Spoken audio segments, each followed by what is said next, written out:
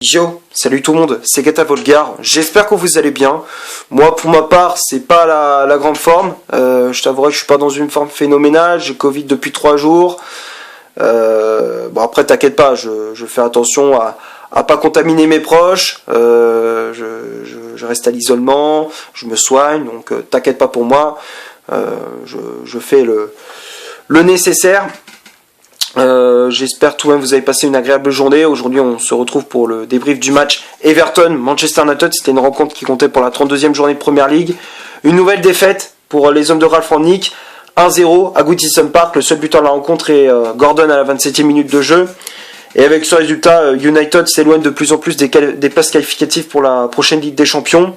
On est 7e avec 51 points, 14 victoires, 9 matchs nuls et 8 défaites. À égalité avec West Ham 6e, 3 points de retard sur Arsenal 5e et 6 sur Tottenham 4e. Qu'est-ce que je te dis sur ce match, pas grand chose quoi, franchement c'est encore une prestation pauvre. C'est comme d'habitude quoi, là plus les matchs avancent, moins la motivation est présente pour les joueurs. Pour débriefer ces 90 minutes, parler du contenu de cette partie. La première période était assez moyenne, assez pauvre. Alors c'est vrai qu'il y a eu des occasions pour United avec Marcus Rashford qui bute sur un très bon Jordan Pickford, Bruno Fernandes ou encore Fred Rodriguez, le milieu de terrain brésilien. Il y a eu des occasions, c'est vrai, mais bon, on est tombé sur un très bon Jordan Pickford. Mais après on voit dans le jeu de Manchester il y avait beaucoup trop de déchets techniques, on n'arrivait pas à aligner une passe, tu sentais que on n'arrivait pas à faire quelque chose de propre et de correct. Tu sentais que on n'y arrivait pas. Après du côté d'Everton c'était pas mieux non plus, ils arrivaient pas à aligner une passe non plus, offensivement ils avaient du mal avec Calvert-Lewin, avec Gordon ou encore Richarlison, ils avaient vraiment du mal avec le trio d'attaque, mais ils ont réussi à marquer à la 27e avec ça part d'une contre-attaque, un ballon de Iwobi dans la profondeur pour Richarlison sur le côté gauche, le centre est contré, ça revient dans les pieds de Gordon. Frappe déviée par Harry Maguire, De Gea est pris à contre-pied, 1-0 pour les Toffees, donc c'est encore une entame de match catastrophique. Ensuite tu essaies de revenir avec la possession de balle, c'est vrai, mais tu n'y arrives toujours pas, tu as le ballon mais tu sais pas quoi faire avec. C'est ça le problème, c'est que tu as le ballon mais offensivement c'est pauvre, il n'y a pas de créativité. Les joueurs comme Bruno Fernandes, comme Rashford, Sancho qui sont censés apporter de la créativité, de la percussion, tout ça, non, ils n'y arrivent pas un pied devant l'autre. À la mi-temps 1-0 pour Everton, tu te dis peut-être la deuxième période ça ira mieux. Non, toujours pas de réaction, c'est toujours pareil, toujours le même rythme, c'est mou, il n'y a pas de vitesse. Offensivement, Ronaldo, il a pas de ballon, alors il essaye de décrocher à chaque fois, mais tu vois que dans la surface, quand il faut faire un centre, il n'y a personne. C'est ça le problème, c'est que on n'y arrive pas. Et franchement, c'est incroyable de pas gagner un match, de pas mettre un pied devant l'autre. Et je te jure, quand je vois Manchester City-Liverpool, quand j'ai vu le match, justement hier, Manchester City-Liverpool, je me suis régalé. Quand est-ce qu'on va rejouer à ce niveau-là? Quand est-ce qu'on va revoir Manchester United à ce niveau-là? C'est-à-dire se tirer la bourre avec les gros, d'être dans les 3 premiers. Enfin, quand je dis les 3 premiers, alors oui, c'est vrai que ces dernières années, on était avec les 3 premiers. Mais on était à 15 points de Manchester City premier, on a été à 5 ou 6 points du deuxième il y a 2 ans. Tu vois qu'on était quand même, on est toujours loin de nos rivaux, même si on est fini dans les 2-3 premiers, mais si sur nos ambitions, nos objectifs perso, on fait le taf, mais tu vois que on est encore loin, on est à des années-lumière de nos rivaux quoi. On est à des années-lumière.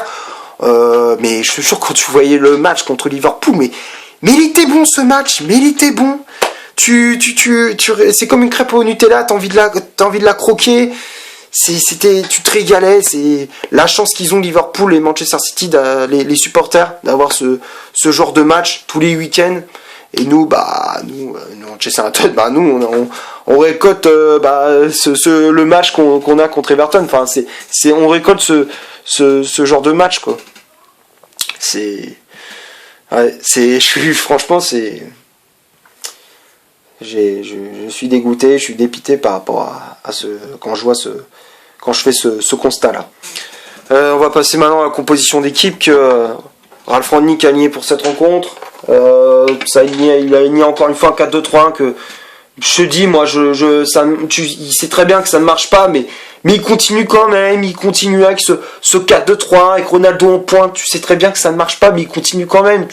Je sais pas, attends, si tu le vois pas, change tes lunettes, prends va chez Afflelou, prends des lunettes, Ralph, mais je sais pas, il continue tout le temps, 4-2-3-1, Deria dans les buts, Lindelof et Maguire pour former la charnière centrale, défenseur anglais qui a le brassard capitaine, Lindelof qui a remplacé Varane, encore une fois blessé, Wan-Bissaka latéral droit, Alex Telles latéral gauche, Matic et Fred dans l'entrejeu, devant la défense, Bruno Fernandes en numéro 10, Jadon Sancho milieu latéral droit, Marcus Rashford milieu latéral gauche, Ronaldo en pointe. Après il y a eu l'entrée en jeu de Paul Pogba à la place de Fred. Le changement a été fait en première période. Fred il est sorti sur blessure, et Elanga qui est entré en jeu à la place de Rashford, et Juan Mata à la place de Neymar et Matic. Mais les changements n'ont absolument rien apporté. Ça a absolument rien changé. Mata, il a pas fait une superbe entrée en jeu. Elanga pareil. Non, c'est franchement tout. Il y a rien à retenir de positif dans cette partie, quoi. Alors les stats, on va commencer par Everton, 33% de possession de balle, 5 corners, 5 tirs au total, dont 3 tirs cadrés, un hors-jeu signalé côté Manchester United, 67% de possession de balle, 7 corners, 5 tirs au total, donc 4 tirs cadrés, 2 hors-jeu signalés. Quand on regarde les chiffres, oui, la possession de balle était en faveur de Manchester United, mais comme je te disais, on avait le ballon, mais on savait pas quoi faire. On ne savait pas quoi faire avec le ballon. On faisait la passe à 10, on se créait aucune occasion. Franchement, on n'était même pas dangereux, quoi. À aucun moment on a été vraiment dangereux dans cette partie, quoi. Et du côté d'Everton, bon, ils ont marqué sur quasiment leur seule occasion de la première période où ils ont été assez dangereux. Ils ont été dangereux, mais voilà, quoi. Franchement, c'est... je te dis, Everton, ils n'ont pas été vraiment dangereux, ils n'ont pas été mieux que nous, mais bon, ils ont fait le taf, ils ont fait le taf, ils ont pris les 3 points, et ils le méritent. Et les tops et les flops, je te dis direct, il n'y a personne qui a été bon. Derea, alors ok, il a fait quelques arrêts importants, mais bon, qu'est-ce qu'il fasse de plus? Lindelof, Maguire, ils mettent pas un pied devant l'autre. Maguire, putain, quoi. Je te jure, c'est plus possible. Comment tu passes comment il fait pour passer d'une bonne saison à une saison pourrie? L'année dernière, pourtant, il a pas été mauvais. On l'a vu tout. On l'a tous vu. On l'a tous vu. Il était même élu deuxième meilleur défenseur de Première Ligue. Alors oui, tu vas me dire, oui, Virgil van Dijk, il était baissé tout le long de la saison. Oui, mais il a été quand même élu deuxième meilleur défenseur de Première Ligue, deuxième meilleur défenseur central, derrière Ruben Dias, mais il était quand même devant Antonio Rudiger, Thiago Silva, Aymeric Laporte, il était devant tous ces défenseurs-là.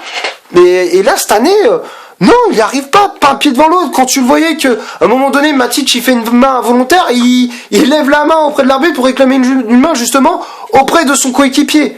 T'imagines quand même à ce point, au point où on en arrive? Franchement, c'est de pire en pire. Telles, Wan-Bissaka, rien du tout. Matic, ok, bon, il a essayé d'apporter un équilibre au milieu de terrain, mais sans plus. Fred, ok, bon, sans plus non plus. Sans plus aussi, mais bon, pas extraordinaire. Bruno Fernandes, c'est celui qui a essayé d'être le plus dangereux, mais au final, il n'a pas été aidé. Sancho, j'en parle même pas. Rashford, j'en parle même pas non plus. Ronaldo, inexistant, mais il n'a pas de ballon. Et les remplaçants, Pogba, Elanga et Mata, ça a absolument rien changé. Rien du tout. Je vais pas m'attarder 15 ans sur cette rencontre. J'espère que le débrief vous aura plu. Si c'est le cas, vous laissez un énorme like. Tu cliques ici pour t'abonner, tu cliques ici pour avoir une autre vidéo si tu le souhaites. N'hésite pas à faire un tour sur mon compte Instagram, blablabla, comme d'habitude, le lien est dans la description. On se retrouve pour un prochain débrief. Ciao.